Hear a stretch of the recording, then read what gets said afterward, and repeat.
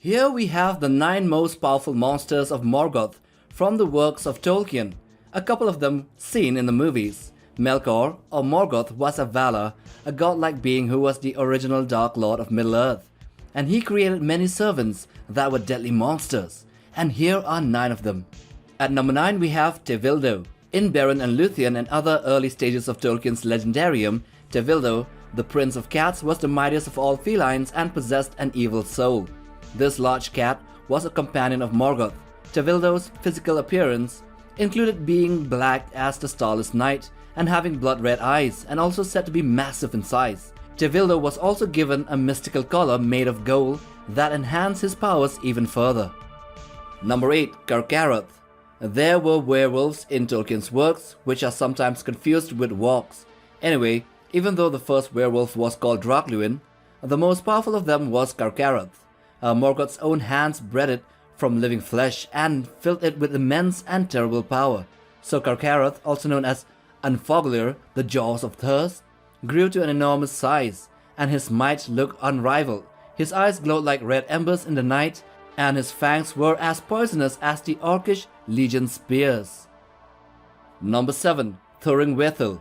If there's a werewolf, then there is also a vampire, and the most well-known was Thorin Wethel, who was a maiar spirit, firstly, that was corrupted by Morgoth and decided to follow the Dark Lord, and later was a servant of Sauron as well.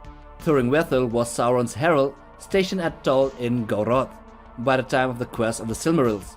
She was probably slain there in the fight between Sauron and Huan the Hound. She took the form of a vampire and also that of a large bat. Number 6. Durians Bane.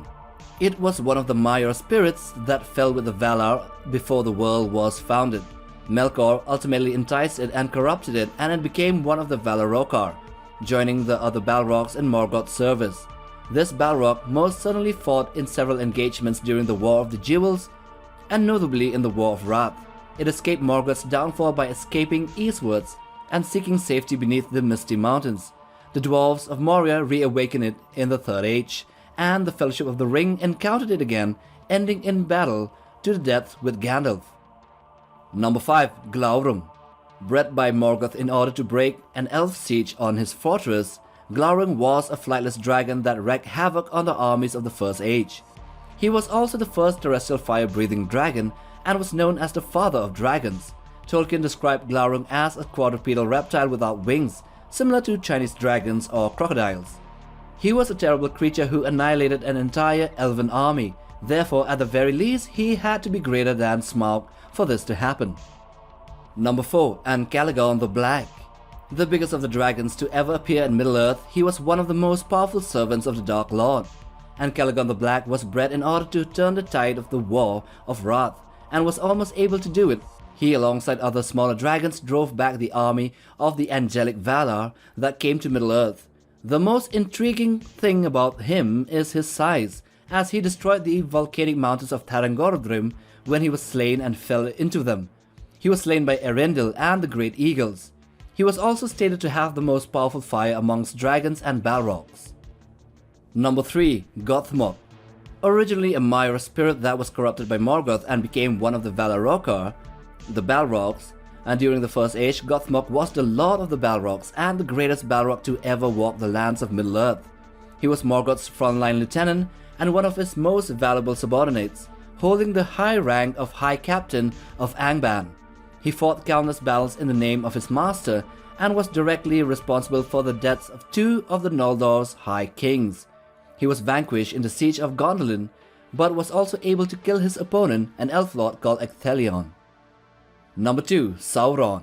Known better as the Dark Lord or the Lord of the Rings, he was the most daring maiar, the creator of the One Ring, a renowned disciple of the Valar Aule, and Morgoth's most loyal servant. Following Morgoth's defeat by the Valar, Sauron rose to become the second Dark Lord, attempting to conquer Middle-earth and even Numenor by trickery. Although he might not be the most physically powerful as compared to the dragons or Gothmock, he is the second in command due to his vile cunning and being a master strategist as well as having an indomitable will.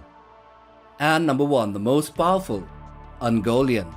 She was a primordial creature taking the form of a massive spider. She was initially Morgoth's ally in Aman and for a little period in Middle-earth as well.